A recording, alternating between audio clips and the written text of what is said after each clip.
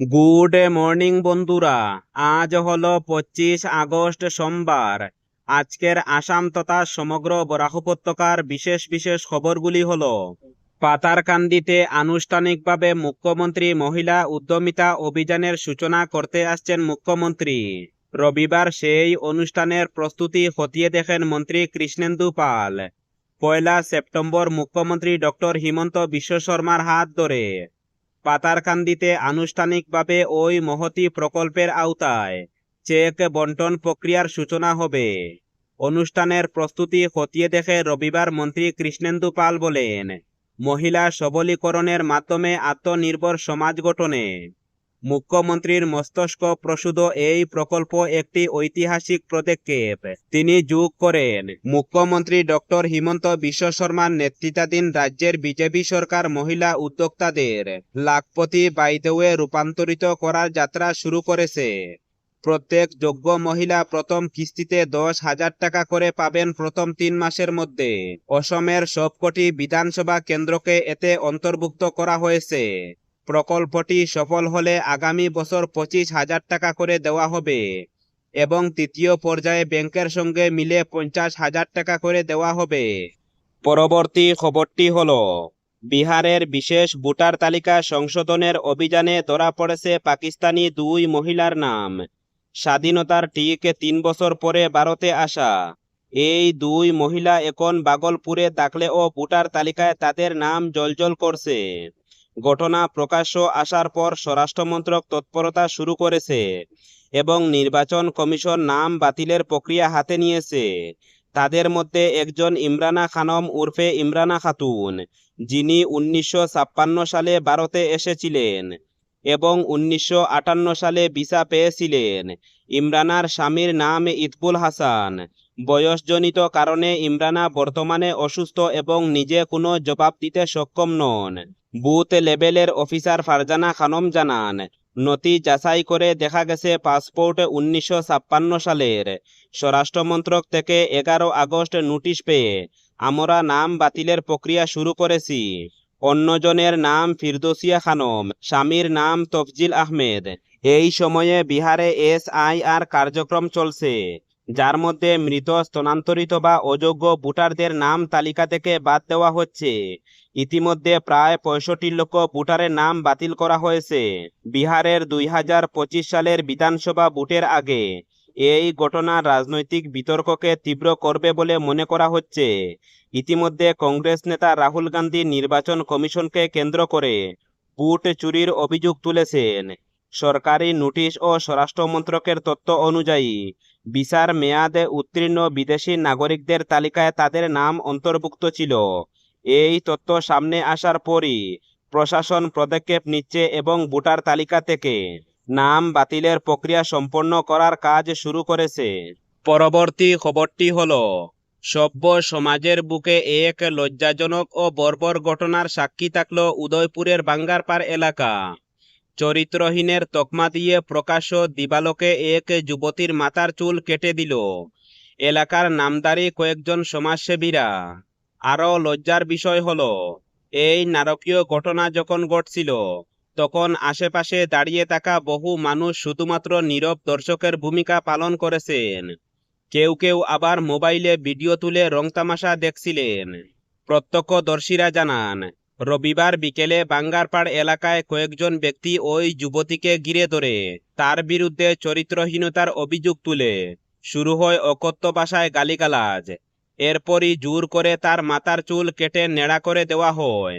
ঘটনার সময় ওই যুবতী গলা ফাটিয়ে চিৎকার করছিলেন, বাঁচার জন্য আর্তনাদ করছিলেন, কিন্তু তার সাহায্যে কেউ এগিয়ে আসেনি। তার অসহায় আরতি যেন বধির সমাজের কানে পৌঁছায়নি, বরং মানবতা ও সহমর্মিতার বদলে সেখানে ভিড় করে দাঁড়িয়ে থাকা মানুষের চোখে ছিল নিষ্কয় কৌতূহল আর বিস্তৃত আনন্দ। ঘটনাটি প্রকাশ্য আসতেই তীব্র চাঞ্চল্য ছড়িয়েছে। পুলিশ এই বিষয়ে কোনো অভিযোগ পেয়েছে কিনা বা স্বতঃপ্রণোদিত হয়ে কোনো পদক্ষেপ নিয়েছে কিনা তা এখনো স্পষ্ট নয়, কিন্তু এই তালিবানি বর্বরতা প্রমাণ করে দিল, আইন কানুন বা আধুনিকতার প্রলেপ দিয়েও সমাজের ভেতরে লুকিয়ে থাকা এই অন্ধকার দিকটিকে এখনো পুরোপুরি মুছে ফেলা সম্ভব হয়নি। পরবর্তী খবরটি হলো, প্রাপ্তবয়স্ক মহিলা স্বেচ্ছায় বিবাহিত পুরুষের সঙ্গে থাকতে চাইলে আইনগত বাধা নেই, পর্যবেক্ষণ মধ্যপ্রদেশ হাইকোর্টের। কোনো প্রাপ্তবয়স্ক মহিলা যদি নিজের ইচ্ছায় একজন বিবাহিত পুরুষের সঙ্গে বসবাস করতে চান, তাহলে তাতে কোনো আইনগত বাধা নেই। এমনই ঐতিহাসিক পর্যবেক্ষণ মধ্যপ্রদেশ হাইকোর্টের। বিচারপতি অতুল শ্রীধরন ও প্রদীপ মিত্তলের ডিভিশন বেঞ্চ এই রায় দেয়। জানা গেছে, প্রাপ্তবয়স্ক এক তরুণী নিজের ইচ্ছায় এক বিবাহিত পুরুষের সঙ্গে পালিয়ে যান। তরুণীর পরিবারের পক্ষ থেকে দাবি করা হয় মেয়েটিকে তার অভিভাবকের কাছে ফিরিয়ে দেওয়া উচিত, কিন্তু আদালত স্পষ্ট জানায় একজন প্রাপ্তবয়স্ক মহিলা নিজের জীবনসঙ্গীর নির্বাচনের অধিকার রয়েছে, তা সঠিক হোক বা ভুল। তিনি চাইলে একজন বিবাহিত পুরুষের সঙ্গেও থাকতে পারেন। আদালত আরও জানায়, নৈতিকতার প্রশ্নে আদালত সিদ্ধান্ত নিতে পারে না। একজন প্রাপ্তবয়স্ক মহিলা যদি নিজের ইচ্ছায় কারো সঙ্গে থাকতে চান, তাহলে তাতে আইনের কোনো বাধা নেই।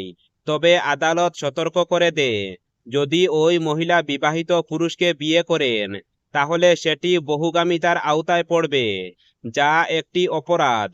একমাত্র প্রথম স্ত্রীই তখন আইনি পদক্ষেপ নিতে পারবেন। পরবর্তী খবরটি হলো, ফের উচ্ছেদিতদের বিরুদ্ধে রণাঙ্গদেহী মেজাজে মুখ্যমন্ত্রী ডক্টর হিমন্ত বিশ্ব শর্মা। রবিবার তিনি সাফ জানিয়ে দেন, ভোটার তালিকা থেকে কর্তন করা হবে উচ্ছেদিতদের নাম। কোনো অবস্থাতেই উচ্ছেদিতদের নাম ভোটার তালিকায় থাকবে না। মুখ্যমন্ত্রী এদিন স্পষ্ট ভাষায় জানিয়ে দেন, উচ্ছেদের সঙ্গে সঙ্গে ভোটার তালিকা থেকে সেটে ফেলা হবে উচ্ছেদিতদের নাম। এর অর্থ দাঁড়াচ্ছে যে 2026-এর নির্বাচনে উচ্ছেদিতরা ভোট দিতে পারবেন না। তিনি এদিন এ প্রসঙ্গে আরও বলেন, বেদখলকারীদের লক্ষ্য ও উদ্দেশ্য পুরোপুরি স্পষ্ট। উজান তথা উত্তর অসমে ওরা এখন প্রবেশের পথ খুঁজছে। নিম্ন এবং মধ্য অসমের মতো যাতে উজান তথা উত্তর অসমে বেদখল করতে না পারে তারা, সেই প্রয়াস চালিয়ে যাচ্ছে সরকার। নিম্ন ও মধ্য অসম তো আমরা কিংবা আমাদের আগের প্রজন্ম রক্ষা করতে বিফল হয়েছে। বর্তমানে যে করেই হোক অন্তত উজান তথা উত্তর অসম আমাদের রক্ষা করতে হবে, না হলে আগামী প্রজন্ম বিরাট বিপদের সম্মুখীন হবে। পরবর্তী খবরটি হলো, 600 টাকায় দিতে হবে 2 জোড়া ইউনিফর্ম, নির্দেশ সমগ্র শিক্ষা বিভাগের। মান উন্নত না হলে বাতিল করা হবে বরাত। প্রতিটি ক্ষেত্রে মূল্যবৃদ্ধি সাধারণ মানুষের স্বাভাবিক জীবনে বিরাট প্রভাব ফেলেছে। তবে এবছর গুণমানসম্পন্ন স্কুল ইউনিফর্ম সরবরাহের জন্য সমগ্র শিক্ষা বিভাগ একটি এসওপি জারি করেছে।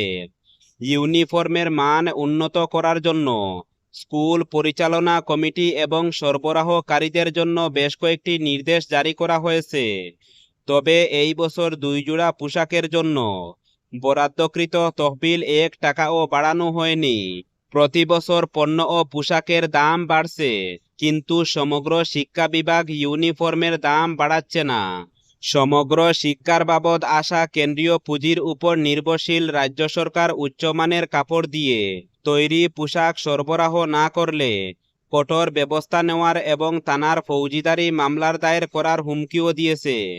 তবে রাজ্য সরকার এবং শিক্ষা বিভাগ কচিকাঁচা এবং তরুণ শিক্ষার্থীদের মানসম্পন্ন পোশাক সরবরাহের জন্য সমগ্র শিক্ষা তহবিলের সঙ্গে রাজ্য সরকারের অতিরিক্ত তহবিল বরাদ্দ করেনি। শিক্ষা বিভাগ এই বছরও মাত্র 600 টাকায় প্রথম থেকে অষ্টম শ্রেণীর শিক্ষার্থীদের জন্য 2 জোড়া ইউনিফর্ম সরবরাহের নির্দেশ দিয়েছে। সেই অনুযায়ী 12 ডিসেম্বরের মধ্যে ইউনিফর্মের ফর্ম পূরণ করতে হবে এবং 28 ফেব্রুয়ারির মধ্যে ব্যবহারিক খরচের সার্টিফিকেট জমা দিতে হবে। গত বছর এসওপি অনুযায়ী যারা ইউনিফর্ম সরবরাহ করেননি তাদের ব্ল্যাকলিস্ট করার নির্দেশ জারি করা হয়েছে। সমগ্র শিক্ষা বিভাগের জারি করা নির্দেশ অনুসারে অনুমোদিত প্রতিষ্ঠানকে ইউনিফর্ম সেলাই করার আগে পরিমাপ করতে হবে, যাতে প্রতিটি শিশু তার শরীর আকার অনুযায়ী ইউনিফর্ম পায়।